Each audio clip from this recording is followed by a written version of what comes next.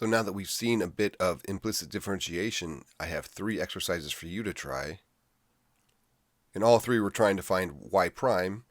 For part A, we have sine y plus 2 equals x. For part B, we have x equals e to the y. And for part C, we have x equals y cubed. But here we're trying to find dy dx, which is y prime, and d squared y dx squared, which is a super fancy way of writing y double prime. So pause the video, see how far you can get on each of these exercises, see if you can complete them, and then we'll work them together. Okay, for part A, let's do our implicit differentiation. So we're taking d by dx of both sides, d by dx, and d by dx over here. That gives us cos y times y prime, well, plus the derivative of 2 is 0, equals the derivative of x is 1. So the real key here is we have to remember to tack on this y prime because we took the derivative across a y, but we're doing the derivative with respect to x. So anytime the x, the variable below, doesn't match the variable we're taking the derivative of, we tack on this y prime in this sense. It could be z, we'd tack on z prime. Or if we were taking the derivative of x with respect to t, we'd tack on x prime.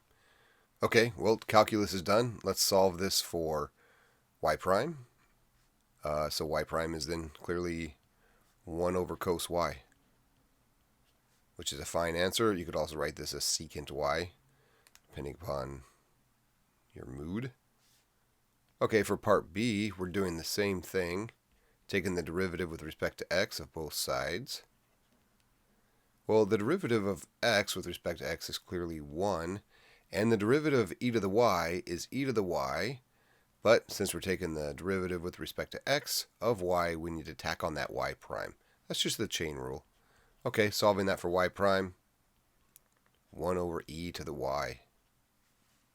But if we go back to the original exercise here, note that e to the y equals x. Look at this. So an even better answer here is 1 over x. That would be the so-called book answer. If you looked it up in the back of the book, they'll give 1 over x. That's y. Right? So if you can make that substitution, it's a great thing to do. We'll see that even more on part C here. Okay, so let's move on to part C. Here we're trying to find y prime and y double prime of x equals y cubed.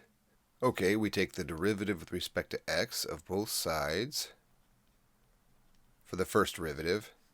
That gives us, well, the derivative of x is 1, so we have 1 equals 3y squared y prime.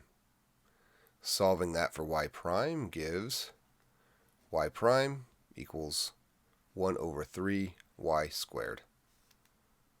So far, so good. Okay, next we want to find y double prime. So I'm just going to work off that y prime that we already have here. Y double prime, we're taking the derivative of this expression here. Well, actually, first let me write this as 1/3 y to the negative 2. Okay, just to more easily take the power rule here. So then this becomes negative 2/3 y to the negative 3 y prime. Okay, now here's where something unique happens that we haven't seen much of.